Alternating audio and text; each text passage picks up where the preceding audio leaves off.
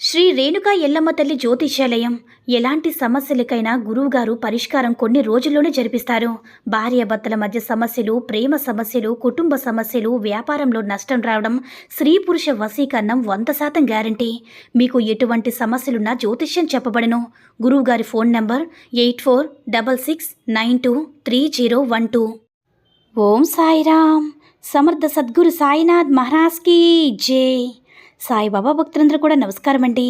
సాయినాథుని ఆశీస్సులతో అందరూ కూడా సుఖంగా, సంతోషంగా, అష్టైశ్వర్య, ఆరోగ్య అభివృద్ధితో ఉండాలని మనస్ఫూర్తిగా కోరుకుంటూ ఈరోజు ఈ వీడియోని మొదలు పెడుతున్నాను. ఈరోజు వీడియో ఏంటంటే 100 కేజీల స్వీట్లు ఆర్డర్ చేసుకో బిడ్డ, అతి పెద్ద శుభవార్త వినబోతున్నావు. ఈ విషయం తెలుసుకోకపోతే బాధపడాల్సిందే అని మన బాబాగారు అయితే ఈరోజు మనకి చాలా అద్భుతమైనటువంటి సందేశంతో అయితే మన ముందుకు వచ్చారండి. మరి మన బాబాగారు ఈరోజు మనకి ఎలాంటి సందేశం అందించాలి అనుకుంటున్నారో ఆయన మాటల ద్వారానే విందాము. ఆయన మాటలు వినే ముందుగా ఈ వీడియో కనుక నచ్చినట్లయితే లైక్ చేసి షేర్ చేయండి. మరిన్ని వీడియోస్ కోసం మన ఛానల్ని సబ్స్క్రైబ్ చేసుకొని మాకు కొంచెం సపోర్ట్ చేయండి. మరి మన బాబాగారి సందేశం ఏంటంటే, బిడ్డ, నీ మనసులో ఒక బలమైన కోరిక ఉంది కదా తల్లి, అది నెరవేరితే బాగుండని నువ్వు కూడా ఆశపడుతున్నావు. నీ బలమైన కోరిక తీర్చమని నా దగ్గర ప్రతిరోజు కూడా ప్రార్థనలు పెడుతూ ఉన్నావమ్మా. నీ మనసులో ఉన్న బాధని మొత్తం కూడా ఇలా నాతో చెప్పుకుంటూ ఉంటున్నావు. ఏంటి బాబా, నా కోరిక ఎప్పుడు తీరుస్తారో? మీరు ఏ రోజు అంటే ఈ రోజా, రేపా అంటూ చెప్తూ ప్రతి ఒక్క రోజును కూడా దాటేస్తూ ఉన్నారు.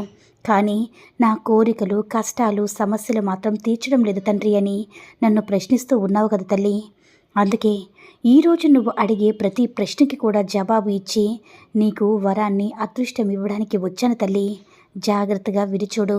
నువ్వు ఆశపడి నా దగ్గర ప్రార్థన పెట్టింది నీకు తప్పకుండా అందిస్తాను. ఇందులో ఎలాంటి సందేహం కూడా లేదు తల్లి. రోజులు గడిచిపోతున్నాయని, కాలం గడిచిపోతుందని నువ్వు దిగులు పడకు. నీకైన సమయం ఇంకా రాలేదు బిడ్డ. అతి త్వరలోనే ఆ సమయం రాసిపెట్టి ఉంచాను.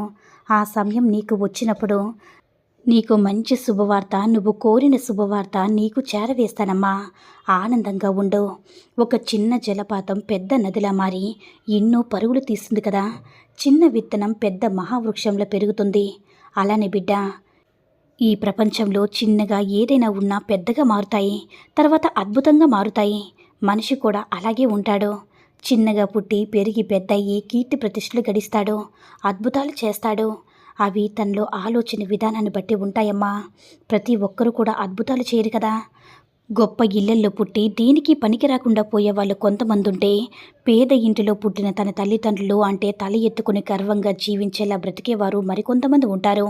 అది వాళ్ళ ఆలోచన ధోరణిపైనే ఆధారపడి ఉంటుంది. అలానే నువ్వు వేసే చిన్న చిన్న అడుగులు నీ విజయానికి పెద్ద మార్గంగా ఉపయోగపడాలి తల్లి. నీ ఆలోచన అంత గొప్పగా ఉండాలి. నువ్వు ఒక విత్తనం నాటాక అది పెద్ద చెట్టు కావడానికి కాస్త సమయం పడుతుంది కదా. అలానే నువ్వు నా దగ్గర పెట్టిన చిన్న విత్తనం లాంటి కోరిక చేరడానికి కూడా కొంత సమయం పడుతుందమ్మా. దేనికైనా సమయం రావాలి తల్లి. ఆ సమయం వచ్చినప్పుడు కుంభవర్షం లాంటి అదృష్టాన్ని నీకు నేను కురిపిస్తాను. ఇది మీ బాబా నీకు ఇస్తున్న మాట.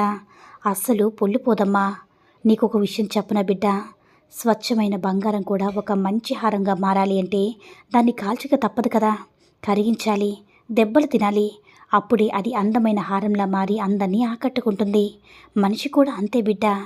జీవితంలో కష్టాలు, బాధలు, దెబ్బలు అన్నిటినీ తట్టుకుని దాటుకుని పోవాలి. అప్పుడే బంగారం లాంటి జీవితం నీ సొంతమవుతుందమ్మా.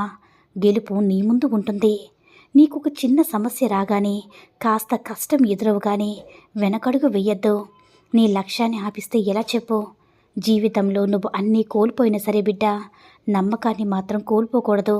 ఇది నీకు ఎన్నోసార్లు చెప్పాను తల్లి. నీ కల తప్పకుండా నెరవేరుతుంది.